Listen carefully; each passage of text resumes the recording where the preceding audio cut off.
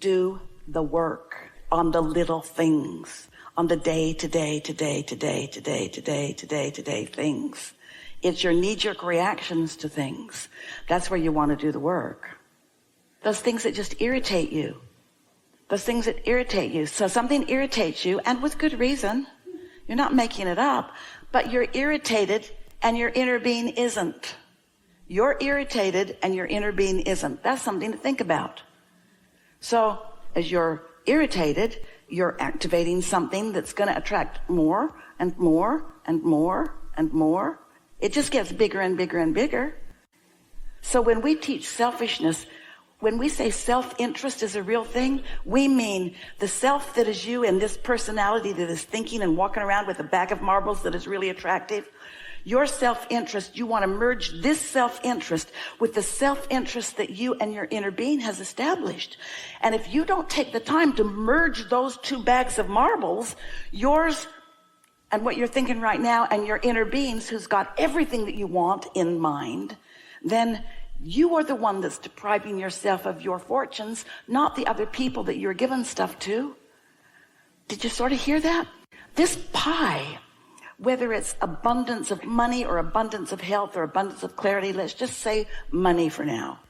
This pie is not a finite pie that's just so big and you're slicing it up, and if you get too big of a piece, somebody else won't. Or if you give somebody else too big of a piece, you won't get enough. That's pumpkin pie, but that's not what these desire pies are about. They grow exponentially to satisfy the desires of everyone. Every time anybody asks for anything, even if they're not saying the positive words, even if they're asking for this by saying, I can't stand this, they're still proportionally asking for this. Can you imagine what this vortex must look like with all of humanity that is right now asking for things?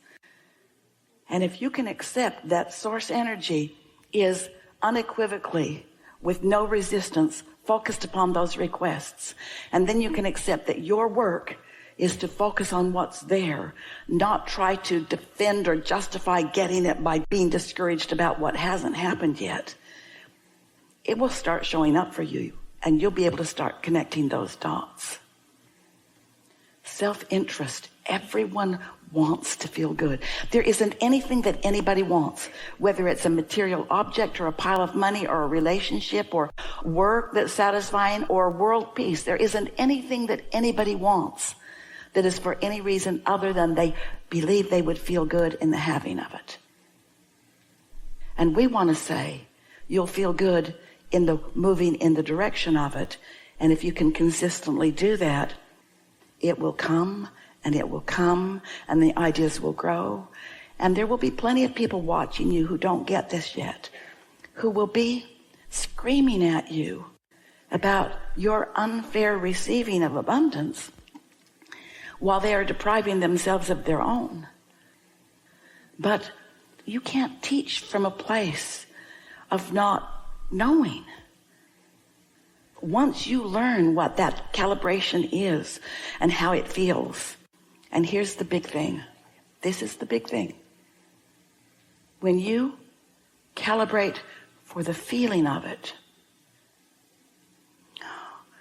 just going to take a minute because you're right here ready to hear this. You can't make money materialize right now. You heard how long it took Esther to find that rug. An hour. Took an hour. So it depends on where you are vibrationally in relationship to anything. So we're not asking you to ask of yourself that you go directly to the manifested version of everything in the vortex. But we are asking you to go to the manifestation of being soothed, to go to the manifestation of feeling a little better, to go for the feeling, because the feelings, the reason you're doing it anyway. You want the money because you think you'll feel better. You want the well-being because you think you'll feel better, and you will. So if you can hear us and you can let your ulterior motive be, I want to line up with it so that I can be one. That's self-interest, friends. That's self-interest. Myself in alignment with my inner being self, that's the epitome of self-interest. And when you are in that kind of self-interest, the things that are in your vortex will rain down all around you in ways that you couldn't even conceive of. And you know why? Because when you've been putting the ingredients of the cake there, they've been mixing together and making all kinds of good things to eat. You just can't even fathom. You're not going to know most of it till you see it. But what you do know is this thought feels better. Feels better to hope than to doubt. And it feels better to trust. So we're just giving you the laws of the universe as they are. Do you notice that there's hardly ever a class where you all gather and the big banner and the instructor says, we're here to convince you about the law of gravity. Because you're self-taught. You're self-taught. It's everywhere you go so far. And you've learned to adapt to it. So when you learn about this law of attraction and you accept that your point of attraction is in your control and that the way you do the best within it is by merging with your inner being. Oh, you said when you got here, it's going to be good, it's going to be fun, it's going to be expansive. You didn't for a moment expect to deprive yourself of anything. You didn't expect anybody else to be deprived of it. But you also knew, and this is a big piece for you. Jerry used to like to go to a restaurant. And when they really connected well with the server, often he'd have Esther do it because he was shy like that. But he'd give them $100 tip in addition to whatever the house needed to see. Because they didn't want the house to think that they didn't get good service and so they didn't tip. So they'd put it on the credit card bill, but then they'd give the person $100 and they'd say, we have a tradition in our family that when we find our favorite server or waiter for the month, we give them this. Well, Jerry and Esther were on a route around the country, so they went to a lot of the same places and the word kind of got out, especially in San Antonio where they ate most frequently. And so when they'd walk in the door, they could see people scrambling to make sure that they got in their section. And quite often, a person would sit in the section knowing that Esther probably had $100 in her pocket that she was eager to give away. And then they would begin pleading their needy case. Oh, yeah, things have been really hard for me. My roommate moved out, and I don't know how I'm going to pay my rent. And Jerry and Esther would always politely smile, and they would give them the usual tip that they gave, but they would not give them the extra money because the universe doesn't work that way. You don't get it when you're on that negative side of the equation.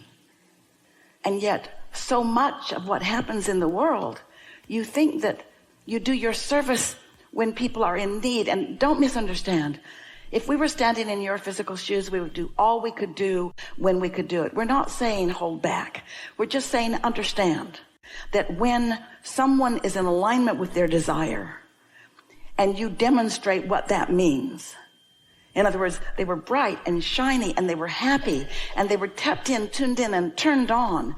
And that was what Jerry and Esther were wanting to play with, not the neediness of them. And if anybody ever asked Jerry and Esther for something, they would give it, but not during a teaching opportunity. Do you get what we're talking about? And so there are so many people that believe that service should come from your place of really worrying about people. And we say that misguides them about the way the law of attraction works. It turns them into beggars and pleaders and people who are defeated, and they just can't beg enough into their experience. What you're looking for is the raining down of abundance that comes when you've launched rockets and your inner being's all over it and you've found a way to calibrate to that. And now the law of attraction is answering your bag of marbles because it's a bag of marbles that you've practiced. You see what we're getting at? Did you hear it? So when you get home and someone said, what did you learn? Don't say, Abraham said, don't give nothing to nobody. Because that isn't what we said. We're saying just understand when you're really helping. understand what you're really emphasizing. And so in the same way that you're wanting to help others out in that way, you want to help yourself out in that way. Here's how you know this is a really good idea we just gave you. You know why you feel negative emotion? Because your inner being isn't joining you in your negative thought. You've decided you can't do it, or you're not worthy, or it's not working, or it's hard, or it's a struggle. And your inner being's having none of that, because your inner being knows that you've asked and it's given. Someone should write a book. You've asked and it's given. And the abundance is everywhere. And when you get in sync with it, it will show itself to you in this way, and this way, and this way, and this way, and this way. And your inner being will not join you in your pity party. And that's why your pity party hurts so bad. Because you've cut yourself off. That's too strong a word. But you've pinched yourself off to some degree from the resources that are natural to you. Doesn't mean it's all you have to choose. You have great capacity because you're a pointer. You can point at what you want and line up with it, and all of that will line up for you at the same time that you're pointing other places too. It's not one or the other. It's not get it for yourself and don't be of value to anyone else. You can have it all. You just can't be positive and negative at the same time. You just can't be allowing and disallowing at the same time. You got to pick one. You can't feel good and bad at the same time. Your bag of marbles is active. What's it emanating right now? Those like you who have meditated and played with us in gatherings like this, and you've tuned in and tapped in and turned on, you can't go back without feeling great discomfort. You can't focus. You can't push against anything without it being really hard on you. When Esther's mean to somebody, she might as well have just shot him. That's how bad it feels to her. Because it's not who she is or who she wants to be or who she mostly is or who her inner being is. You're carrying around a bag of marbles. Make sure what's active all day, every day. And when you find out that what's active isn't really what you want, then don't be hard on yourself, but do your best to activate something else. The law of attraction isn't an arbitrator saying, she didn't mean to attract that, let's hold off on that. You get what's going on, you see. Don't be mad at yourself when you feel negative emotion. You want your guidance system to work. And you're more sensitive now that you're connected more of the time, so it works a lot. So don't be mad at yourself when you feel negative emotion. Next, if the negative emotion is slight, then in that moment, try to find some current existing thoughts that are on the other end of that stick. If this is the only thing that you ever heard from us, or really anyone, and you just listen to it every so often as you are moving through your new and new discovery of more and more allowing, without anything ever being added to these recordings, you will be in a receiving mode in a week for things that you weren't in a receiving mode for today. And so even though you want to know something bigger than you're ready to know, you're going to hear enough today that will lead to the next, that will lead to the next, that will lead to the next, that will lead to the next, that will lead to the next. There's no ending to your evolution. It's time to start enjoying the journey instead of just wanting to get there all at once. Start having fun with the winks from the universe that you're letting in.